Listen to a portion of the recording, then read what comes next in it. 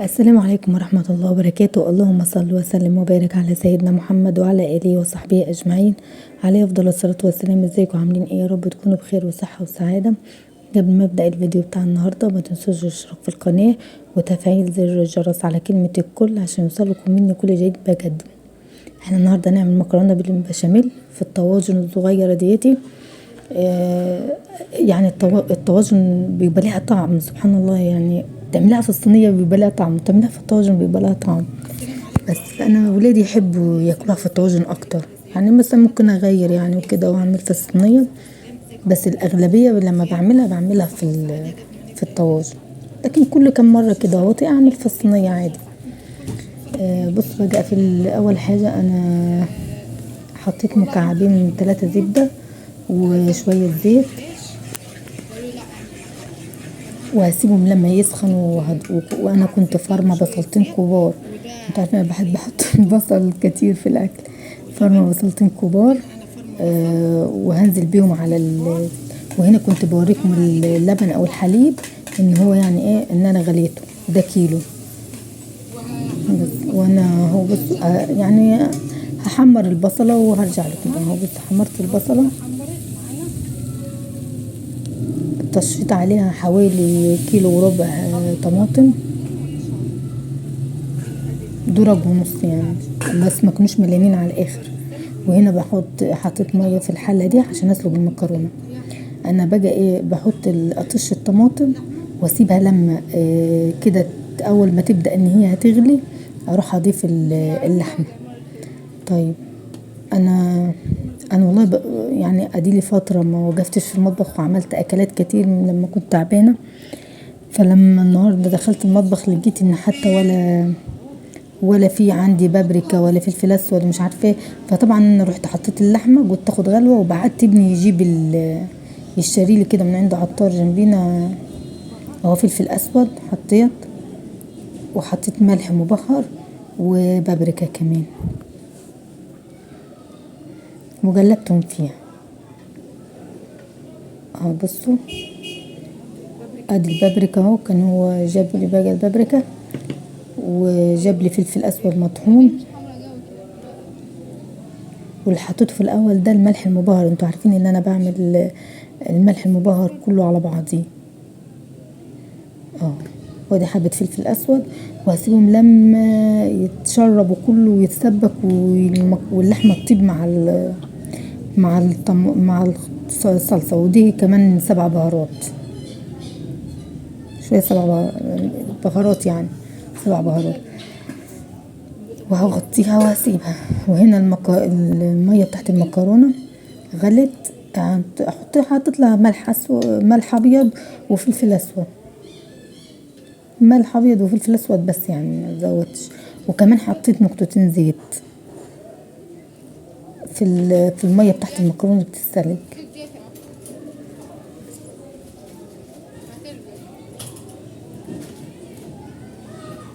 انا كمان النهارده عملت كيكه بطريقه حلوه وجديده، ان شاء الله تعجبكم وجربوها وقولوا لي.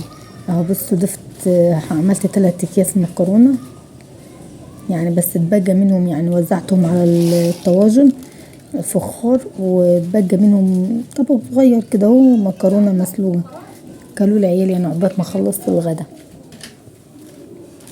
لكن انا كنت عامله 3 اكياس مكرونه الملكه ديت، او اي مكرونه يعني مش شرط واي نوع، عايزه تعملها بقلم ماشي، عايزه تعملها بسباكيتي ماشي، لكن انا بنحبها الصراحه بالقلم، مكرونه القلم دي.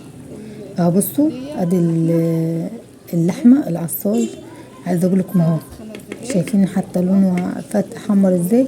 لسه ايه، بس لسه يعني انا مش هطفي عليه دلوقتي، هسيبه كمان 5 دقايق ينشف شويه تاني. بس هنا بقى اللبن. بصوا بقى، ده مش كيلو اللبن كامل، ده كيلو الا كوبايه، يعني كيلو اللبن انا غليته وخدت منه كوبايه، عملت بيها الكيكه اللي هوريها لكم بعد كده. بس ده بقى انا حطيت كيلو اللبن او كيلو الحليب، وحطيت 10 معالق دقيق، يبقى كيلو لبن و10 معالق دقيق. ومليت انت عندك حليب تاني تزودي بيه ماشي، او لبن تاني ماشي مفيش مشاكل. عندك شوربة هتكملي بيها او مرقة ماشي. انا الصراحة ما كان عندي يمكن كنت قلت لكم قبل كده ان انا المرقة لما بسلق حاجة لحمة او فراخ او كده بشيل الشوربة يعني او المرقة بتاعتها في الفريزر، يوم مزنوقة فيه ولا كده ما عنديش شوربة بطلع، مش عاملة حاجة يعني فيها شوربة بطلع من الفريزر. بس انا والله مرضيش يعني، قلت لا، انا كنت بحب البشاميل كله يبقى لبن او كله يبقى حليب، بس لو عوزت وانا ما عنديش بضيف ميه، لكن هو برضو ينفع بالشوربه. بصوا انا بقول لكم ان انا جلبت وزودت بشويه ميه والحليب والدقيق كله ده كان على البارد اهو شايفين. هبدأ بقى ايه ان انا اقلب في البشاميل، افضل اقلب فيه لحد ما يتقل معايا وبشاميل، لكن هو كده مقاديره يعني مظبوط معايا. انا مش بحط فيه خالص لا سمنه ولا زبده ولا زيت ولا اي حاجه. بوريكم العصاجه اهوت زي الفل، وفي الوقت ده انا خلاص طفيت عليه، والمكرونه كنت طفيت عليها وحطيتها تتصفى، وافضل اقلب في البشاميل لحد ما يتقل معايا. عايزه اقول لكم يعني والله ما بتاخدش وقت، بس هي تبقى اسهل عليا، اسهل خالص بالنسبه لي لما بكون عامله في صينيه. لما بكون عامله في صينيه بتبقى سهل عليا قوي، لكن انتوا عارفين الفخارات دي الصغيره كمان الطواجن الصغيره دي بتبقى ايه، لا انتي تفضلي بقى هتشوفوا بقى ان انا كل شويه احط مكرونه وارجع احط الصلصه وارجع احط المكرونه تاني وارجع احط البشاميل، بس لكن هي اهو يعني في ناس تعمل البشاميل بتحط سمنه بس تحط سمنه كتير يعني، او سمنه وزيت او زبده. بصوا انا كان بدأ يتماسك معايا فروحت حطيت الملح واحط كمان حبه فلفل اسود. انتوا لو متوفر عندك فلفل ابيض بيبقى برضو ايه، اعتقد ان نفس الطعم بس بيبقى عشان اللون عشان ما يبقاش باين يعني بالنسبه لان هو اسود والبشاميل بيبقى ابيض. بس المهم كنت بقول لكم في ناس تحط سمنه على زيت او سمنه بس او زبده وتروح بس كميه، وتروح حط عليها الدقيق وتحمر الدقيق في السمنه والزيت وتطش عليه باللبن، تنزل عليه باللبن. ده بشاميل بطريقه تاني يعني. انا والله بصوا الطريقه ديتي يعني والله واخداها من امي ومن ست الله يرحمها، كانت برضو تعمل البشاميل كده بس. وماما برضو بتعمل بالطريقة دي البشاميل، فطلعت خلاص انا مولفة على الطريقة ديتي. شفت طرق تاني كتير بس، وكمان حبيت ان الطريقة ديتي ايه خفيفة وكمان ما فيهاش دهون كتير يعني. انت عارفة لما ما فيهاش دهون كتير بتبقى تحس ان الطاجن كده خفيف عليكي. بس انا هقلب فيهم، منها الملح يدوب في البشاميل، ومنها كمان ان انا ايه شايفين البشاميل بدأ يدبل. فالبشاميل بيبقى ليه طريقتين، الطريقة دي والطريقة دي، لكن انا افضل ان انا اعمل بالطريقة ديت. اقول لكم كمان نسبة المكرونة البشاميل في الفخارات ما بتاخدش بشاميل كتير، لكن لما تعملها في صينيه انت عايزه تفرش الصينيه كلها من فوق بشاميل، فانت عارفه بتاخد بقى معاكي بشاميل كتير يعني. كمان انا لو هعمل في صينيتين كبار عايزه ان انا اعمل 4 اكياس مكرونه، يعني انا عملت 3 اكياس مكرونه وعملت بيهم الفخارات كلهم، وكمان زاد منهم طبق صغير مكرونه مسلوقه. لا انا لو هتعملي في صينيه هياخد منك ال3 وعليهم كيس تاني. ده انت لو هتعملي في الصينيه الاكبر صينيتين في الطاجن الصواني بيبقى 3 صواني. لو هتعملي في الاولى والتانيه بلاش الصغيره ده خالص، دي مش بنستخدمها بسيط. هتعملي فيها طبعا لما تكون افراد عائلتك كتيرة، او انت مثلا بتودي في حد بياكل معاكي، فبتضطر ان انت عايزة تعملي كتير، فبياخد منك يعني اكتر. وفخارات يعني انا ولادي لما بعمل لهم، واحنا كلنا يعني وجوزي وانا لما بناكل في الفخارات كل واحد ياكل الفخار بتاعه، ولا بقطع ولا بحط في اطباق ولا حاجه، كل واحد ياخد بصوا الفخارات الصغيره ديت هيجي بس بقى. انا بحط في اول حاجه بحط مش بدهن سمنه ولا زيت خالص، بحط حبه بشاميل كده واطي في الارضيه بتاعتهم، وبعد كده واطي اوزع البشاميل عليهم كلهم. هي فخارات صغيره يعني يا رايا دوق يا رايا دوق يعني يعني انت لو قطعتيها تعمل خرطة ونص كده اهو، يعني ما تعملكيش خرطتين ابدا الفخارات دي. بس انا ضفت بقى البشاميل كله في الفخارات اقصد، يعني وزعتهم كلهم في الفخارات. هجيب المكرونة المسلوقة هياتي وهضيف بصوا هضيف بقى شايفين هي الملل والتعب في الموضوع ده، انك انتي بصي هتملي الفخارات كلهم بشاميل وتروحي تلف عليهم كلهم مكرونة مسلوقة، بعد كده مرة تاني تلف عليهم كلهم محمد حامد عبد الحكيم. بصوا انا كملتهم كلهم، بقولك اهو كملتهم كلهم. حطيت طبقة بشاميل، طبقة مكرونة قلم، وهحط بقى العصاج بتاع اللحمة اهو. شايفين الكبشة اللي بستخدم بيها دي كبشة البشاميل اهو، شايفين. بس فانت هتفضل هوزع برضو اللحمة في كل طاجن كده حبة يعني. انا لما بعمل لحوم زي حواوشي او زي مكرونه بشاميل زي جلاش باللحمه المفرومه بزود شويه في اللحمه، يعني بملى الحاجات دي. ليه؟ لان انتم يمكن يعني ملاحظين لما احنا دينا فتره مع بعضنا ملاحظين ان انا كل اغلبيه اكلنا بانيه، بعد البانيه بيبقى الفراخ.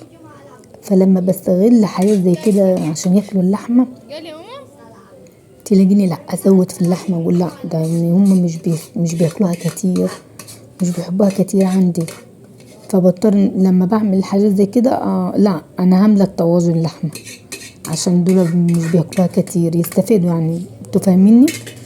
بس اعمل حواوشي اروح عامله الرغيف لحمه. ليه؟ لان انا ولادي ما بياكلوهاش كقطع كده على بعضيها. بس فبحاول ان انا برضو يعني لما بيبقى في حاجه زي كده بعوضهم عن ان هم بياكلوا لحمه. طبعا كل الاكلات وكل حاجه مفيده والسمك مفيد والله وكل حاجه، بس انا برضو عندي مجموعه في البيت بيحبوا السمك ومجموعه ما بيحبوهوش، فبضطر برضو ان انا اليوم اللي بعمل فيه سمك بضطر ان انا اعمل مثلا بانيه، اعمل مسجع، اعمل اي اكله جنبيها علشان خاطر ياكلوها. طب هتعملي ايه؟ ما في بنتي بقى الام اللي بتبقى قاعده عايله الهم، عملت السمك عملت اكله في البيت نصهم بيحبوها ونصهم ما بيحبوهاش، انت اللي بتبقى بقى عايله الهم. طب اللي ما اكلوش دول هياكلوا ايه؟ فبضطر اني قبل ما اطلع من المطبخ بكمل. بصوا انا حطيت طبقه بشاميل، طبقه مكرونه، طبقه لحمه العصاج بتاع اللحمه يعني، طبقه مكرونه تاني من على الوش، وهحط البشاميل اللي عليها. شايفين هي ما بتاخدش بشاميل كتير يعني. انا قلت بما ان ادي لي فتره ما دخلتش المطبخ وعملت حاجات كتيره، رحت قلت لهم يلا شوفوا انتوا عايزين تاكلوا ايه وانا هعمل لكم. فهم اختاروا، يعني انا كان في نيتي ان انا اعمل كيس اللحمه المفرومه اللي عندي ده، كان في نيتي والله ان انا اعمله جلاش باللحمه المفرومه، بس راح قالوا لا احنا عايزين مكرونه بشاميل. ماشي خلاص اللي انتوا عايزينه احنا نعمل كلنا كده، كل الامهات كده.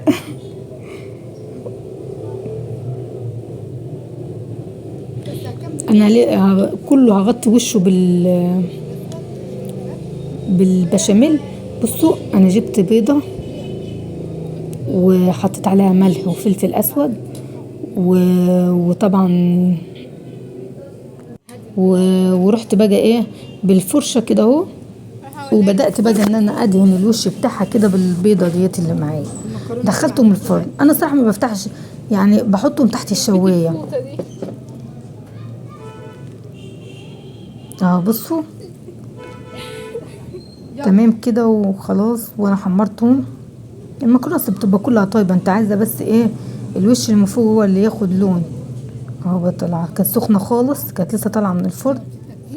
اهو شايفين.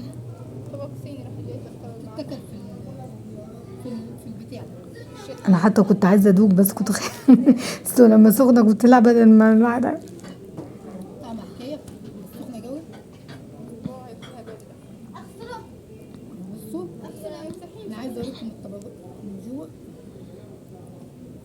بوريكم الطبقات بتاعه المكرونه، المكرونه واللحمه لا خالص انا مش هطبق المكرونه التانية والبشاميل.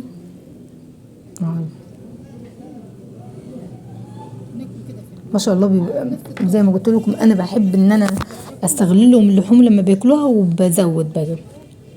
بصوا بقى انا في خلال برضو وانا بعمل المكرونه عملت لهم الكيكايه ديتي. كنت الصراحه هنزل المكرونه بفيديو والكيك دواتي في فيديو، بس والله انا عندي النت ممكن يجي يوم ويقعد 3-4 ايام مفيش، فقلت لا خلاص انا هنزلهم الاتنين مع بعض. بصوا بقى انا كان عندي كرتونه هوز، كانت والدتي بعتتها لولادي وكانت عندي، فبعدين رحت قلت لهم استنوا بقى، خدت 12 واحده من الهوز ديتي.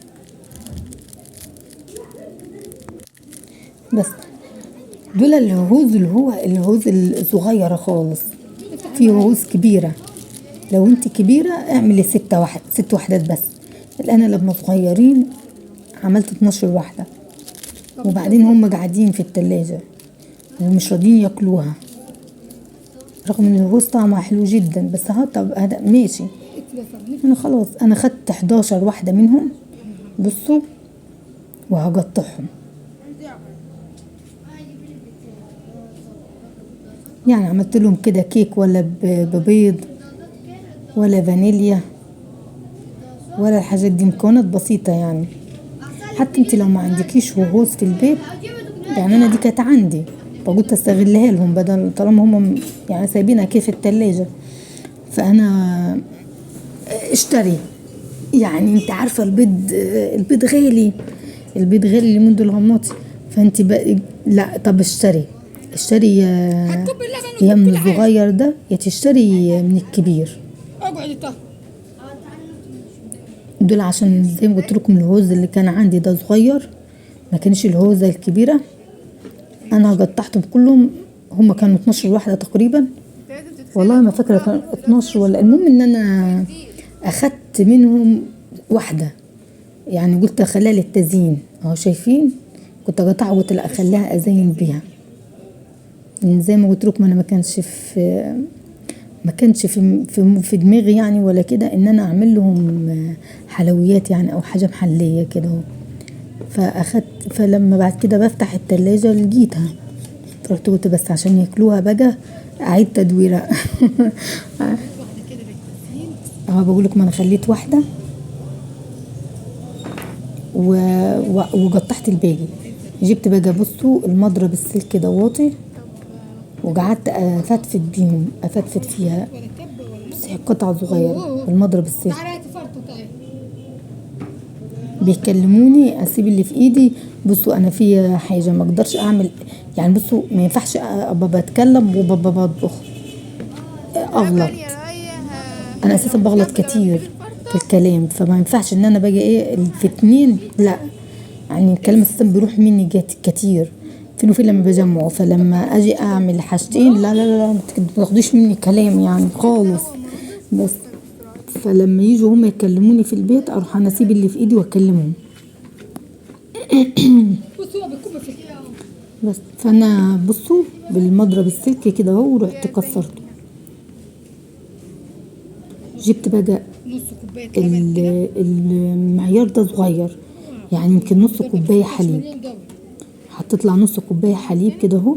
والحليب ده كان دافي، ما كانش في التلاجة. ده الحليب ده اللي انا كنت عامله بيه، خدت منه في البشاميل، يعني نفس اليوم يعني عملتها.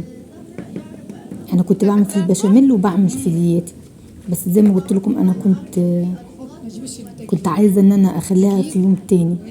اهو بصوا حطيت 2 3 4 5 6. حطيت 6 معالق دقيق. هحط كيس باكنج باودر كامل.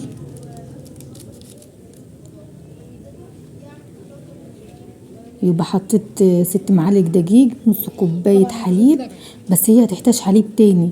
وحطيت 3 4 معالق زيت. مش عارفة والله 10 ولا 11 هوز. اكفي اجيب اللبن. وحطيت هنا اهو 3 معالق زيت، 3 معالق بس زيت. وهنا حطيت، بصوا جبت تاني يعني انا حطيت نص مج حليب او لبن، وحطيت نص تاني دلوقتي، بس كنت بعمل تدريجيا، يعني مش بكب كب، لا. اهو بصوا بعمل تدريجيا لحد ما احس ان الكيك معايا سايل شويه، مش مجمد كده او تخين، لا.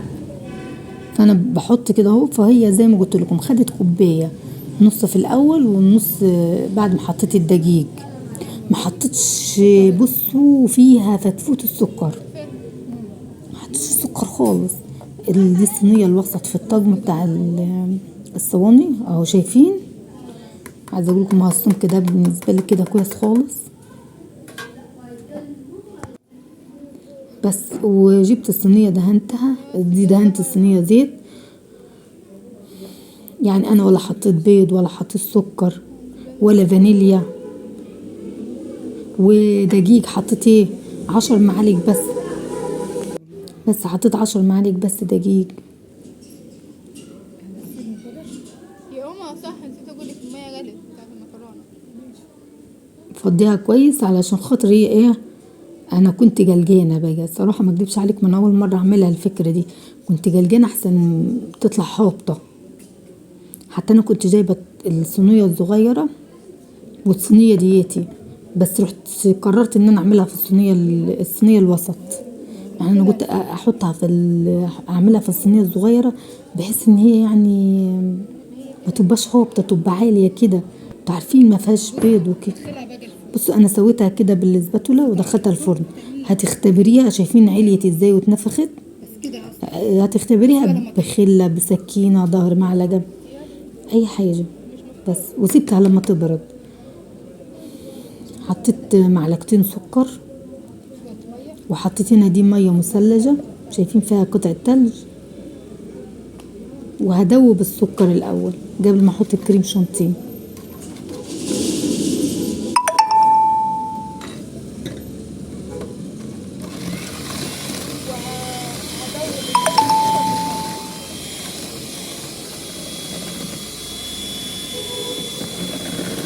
هدوب الميه كويس وبعدين بصوا انا بعد ما دوبت الميه حطيت شويه كريم شانتيه بتاع 3 معالق كده، 3 معالق كبار. وحطيت عليهم معلقه برضو لبن بودر اهو بصوا. وهحط عليهم معلقه كاكاو خام، بس المعلقه مش كاكاو خام، مش هتبقى كبيره. ليه؟ انا قلت لا هيبقى كله شوكولاته. يعني انا كنت عايزه استغنى عن معلقه الكاكاو ديتي، بس قلت لا خلاص انا هكمل. هتضربي بقى بالمضرب كده حوالي 10 دقايق لما يمك اهو. بقول لكم الكيك اهو برد تماما. الكريم شانتيه عملته وحطيته في الفريزر حبه. هضيف بقى طبقه من الكريم شانتيه،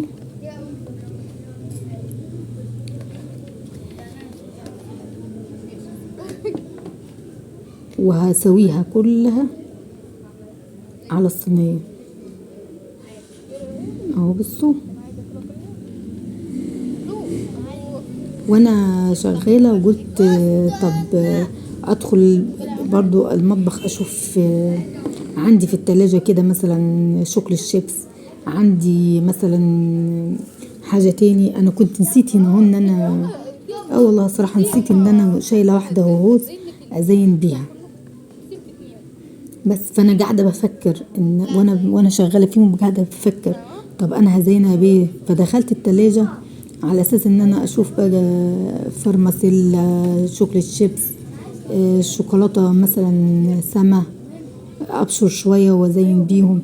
لقيت بقى ان في العلبة بتاعت النوتيلا سما لقيت اخر معلقة، هتلاقوهم شوية قليلين خالص، سيحتهم وحطيتهم على الوش اهو. بصوا انا دخلتها بعد ما خلصت وسويتها رحت دخلتهم معايا دخلتها التلاجة شوية بس. ولما لقيت الشوكولاتة سما دياتي عندي اخر معلقة في البرطمان ورحت سيحتهم اهو. بصوا سيحت الشوكولاتة سما كانوا شوية قليلين وهضيفها عليهم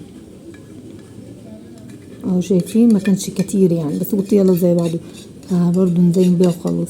وكانت بقى برضو كانت بقى ايه معايا برضو معلقة كده من الكريم شانتيه برضو عملت بيها. بس عايزه اقول لكم طعمها كان خطير خطير والله العظيم، احلى من الكيك ابو بيض. عارفين الكيك اللي بنحط فيه البيض ده والله ما بيبقى حلو بالطعامه ديتي. جربوا طبعا. بصوا عشان الشوكولاته كانت قليله فرحت قلت مش مشكله نخليها لونها كده عامل زي اللون الرخامي. فضفت بقى الشوكولاته السايحه السما سيحناها على الكريم شانتيه بس. فتداخلوا مع بعض لان كانت الشوكولاته زي ما قلت لكم قليله، لكن انتوا الشوكولاته تخيلوا معايا بقى لو الشوكولاته كتيره ونزلت كلها غطت الصينيه بطبقه كانت هتبقى حكايه. انا بعد ما عملتها كده برضو بقول لكم زي ما قلت لكم معلقه كده لقيتها كريم شانتيه كانت فاضت يعني حسيت انها هتبقى زياده خالص، رحت حطيتها في كيس بتاع التلاجة وعملت بيها زي روزوتات كده اهوت فوق الكيك. انا كمان كنت لما عملت الصينيه دياتي انا لما عملت المكرونه وعملت الكيكه وقلت يلا زي بعض يعني ولادي اديلهم فتره ما عملت لهمش حاجات وكده في المطبخ. انا في اللحظه ديت ولادي بقى فكروني قالوا لي يا ماما انت ما خدتيش الواحده الهوز اللي انت كنت هتزيني بيها. فرحت افتكرتها فهعمل بيها. بس المهم ان انا كنت بحكي لكم بقول لكم ان انا كنت هنزل المكرونه. انا عملت الكيكايه دي في نفس اليوم اللي عملت فيها المكرونه البشاميل، فانا كنت هنزل المكرونه بفيديو والكيكه بفيديو تاني. بس انا والله النت عندي ممكن يجي يوم ويقعد 3-4 ايام ما يجيش. فرحت قلت لا انا طالما النت موجود استغل بقى ورحت نزلتهم كلهم في فيديو واحد يعني. بس كان طعمها حلو جدا يعني نفسي تجربوها. حتى لو بصوا طب اقول لكم على حاجه، حتى لو في طاجن صغير، عارفين الطاجن اللي انا عملت فيها المكرونه بالبشاميل انتوا ممكن تجيبوا 2 هوز وتعملوا بيها طاجن زي دوت يعني بنفس الفكره، بس هتبقى صغيره طاجن مش صينيه زي اللي انا عملتها. طبعا كان المفروض ان انا دخلتها التلاجة تجمد شويه الكريم شانتيه والشوكولاته، بس انا كنت خلاص يعني مش عايزه اخلص والله يعني الحمد لله يعني. يا رب اشفيني ويشفي كل مريض. ان كنت باخد كورس علاج شديد شويه، فاللي هو ان انا عايزه اعمل حاجه واطلع بقى ارمح على اي كنبه ولا كده اقعد انام عليها افرد ظهري بقى، مش يعني زي ما تقولوا همدان كده من العلاج اللي بياخده مش عارفه. بس الحمد لله يعني الحمد لله. بس فانا بقى رحت قلت لهم لا خلصوا وبعد كده بنتوا حطوا الكيك في التلاجة وبستخدموا فيه بقى براحتكم يعني وبكلوا براحتكم لما يسأل. بس عايزه اقول لكم ايه الطبقه اللي عملناها كيك كانت هشه بطريقه او بوريكم الطبقات. طبقه الشوكولاته سما النوتيلا وطبقه الكريمه والطبقه التانية ديت اللي هي بتاعت الهوز. عايزه اقول لكم كانت هشه خالص كده يعني مش عارفه يعني كان طعمها يعني عارفين انتوا لو كلتوا الطبقه دياتي من غير الكريم كراميل، من غير الكريم كراميل، من غير الكريم شانتيه اقصد، ومن غير الشوكولاته، يعني طعمها حلو جدا، مش مستاهله ان انت تزينيها ده كله. بصوا طعمها حكايه. يعني فظيعه. تعجبكم ما تنسوش بوريكم الطبقات. يلا يا ساره ادينا صور. الطبقه نفسها بتاعت